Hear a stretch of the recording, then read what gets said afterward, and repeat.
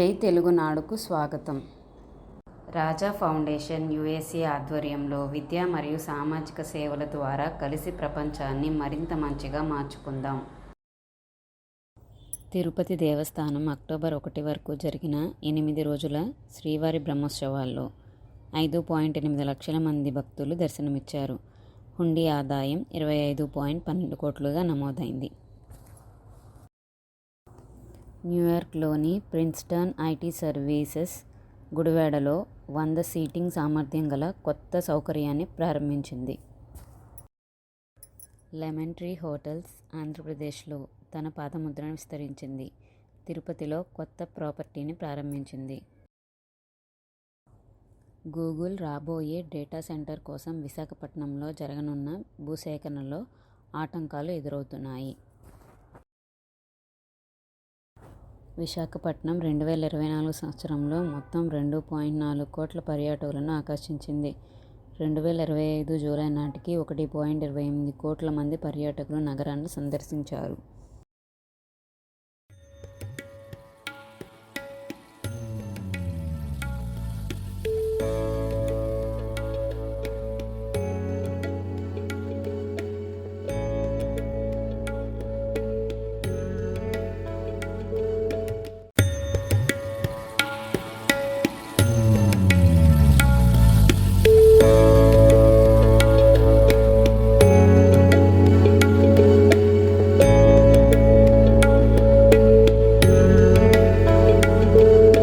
సిక్యో healthcare Andhra Pradesh medtech జోన్లో అత్యాధునిక తయారీ యూనిట్ను దీర్ఘకాల లీజ్ భూమిపై ఏర్పాటు చేస్తోంది. ఆంధ్రప్రదేశ్ మంత్రులు దక్షిణ కొరియాలో పెట్టుబడుల కోసం పర్యటించారు. ప్రపంచ దిగ్గజాలు LG Electronics, LS Group, Shells, SK Hynix, ఎల్జీహెచ్ఎంతో భేటీ అయ్యారు.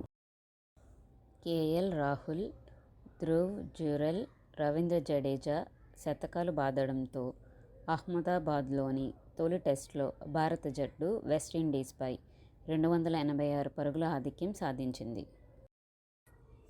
Greater Hyderabad society for prevention of cruelty to animals సభ్యులు హైదరాబాద్లో 6 పాలపిట్టలను రక్షించారు.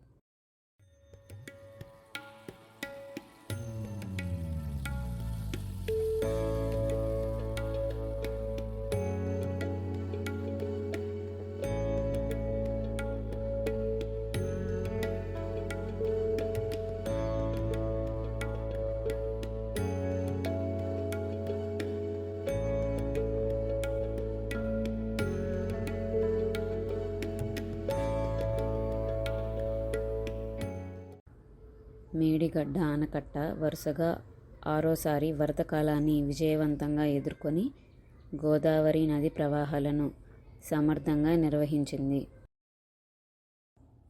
గిరిజన cooperative corporation GCC Araku coffee కోసం కొత్త ప్రాసెసింగ్ యూనిట్ను ఏర్పాటు చేయనుంది. ఇందుకోసం అనకాపల్లి జిల్లా మాకవరపాలెం మండలంలోని సేటిపాలెం గ్రామంలో 11.85 ఎకరాలు కేటాయించారు. Vijayawada Dasara carnival Guinness world record సాధించింది. 3000 మంది డప్పు కళాకారులు పాల్గొన్న మెగా కార్నివాల్కు ఈ రికార్డ్ లభించింది.